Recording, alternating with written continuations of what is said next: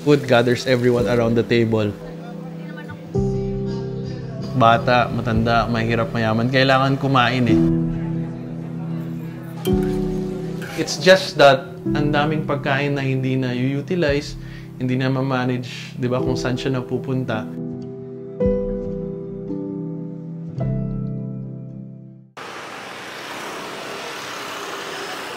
Hi, ako si Mac Florendo, Food Rescue Supervisor sa SOS or Scholars of Sustenance Philippines. Yung Scholars of Sustenance, we're a food rescue organization. So we work with various establishments, no, hotels, supermarket, manufacturers, suppliers, and even farms. So ang ginagawa natin, kokolektahin natin yung mga surplus food nila. So yung mga hindi nabenta, near expiry, or reject, but still in good condition, yun yung mga food na nire-rescue natin.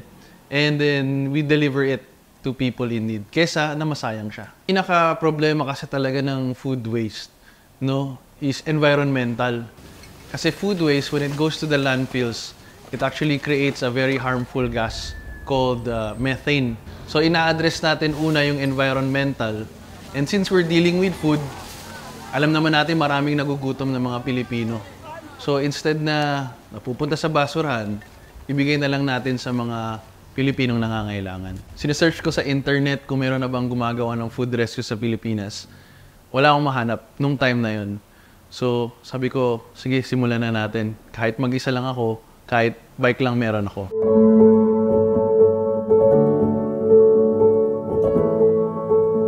So, at the time, meron akong bike, meron akong basket. Yun na yun.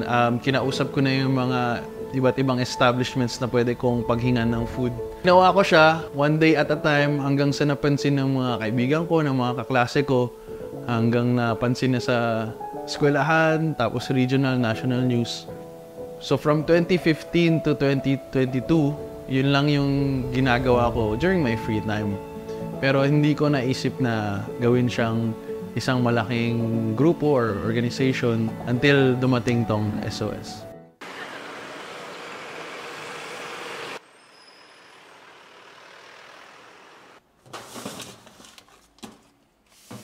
So this is how SOS Food Rescue works. First is sa donor side.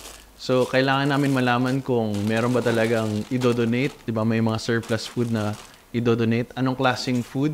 Yung sa donor side, they have to determine ano yung food na pwede pang i-donate sa hindi na pwedeng i-donate. Second part is yung sa scheduling natin.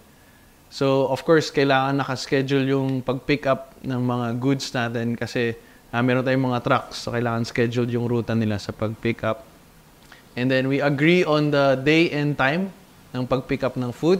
Third step natin is yung actual pick up ng food.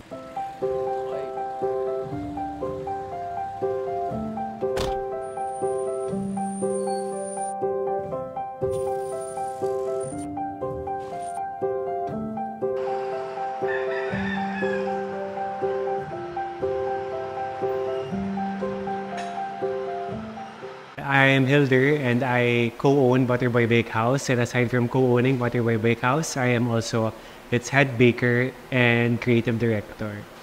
For the nature kasi ng business ng bakeries, laging may 5% na naging reject, pero pwede pa rin siya kainin and masarap pa rin siya. Kakaroon kami ng rejects aside from yung losses sa retail namin. So SOS solves that problem for us. They're doing the work na kailangan para ma-solve tong problem na to na may kinabang pa yung communities natin.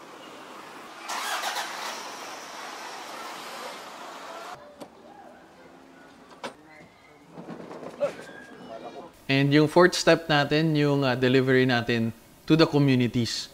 So yung mga communities natin, marunong din sila tumingin ng food if it's still good. And then sila na rin yung magre-reheat, magre-repack, tapos magbibigay sa mga communities. So it happens within the day or within 24 hours, kailangan makonsume yung pagkain.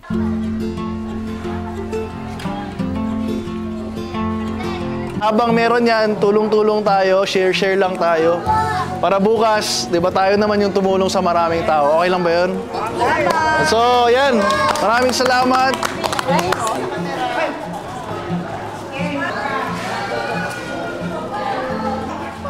Thank you din po. Salamat po, ma'am. Salamat. Nagsimula din naman ako ng food rescue ng mag-isa lang at ako lang. Even just starting conversations about food, kahit yung pagtatanong lang natin na saan napupunta yun?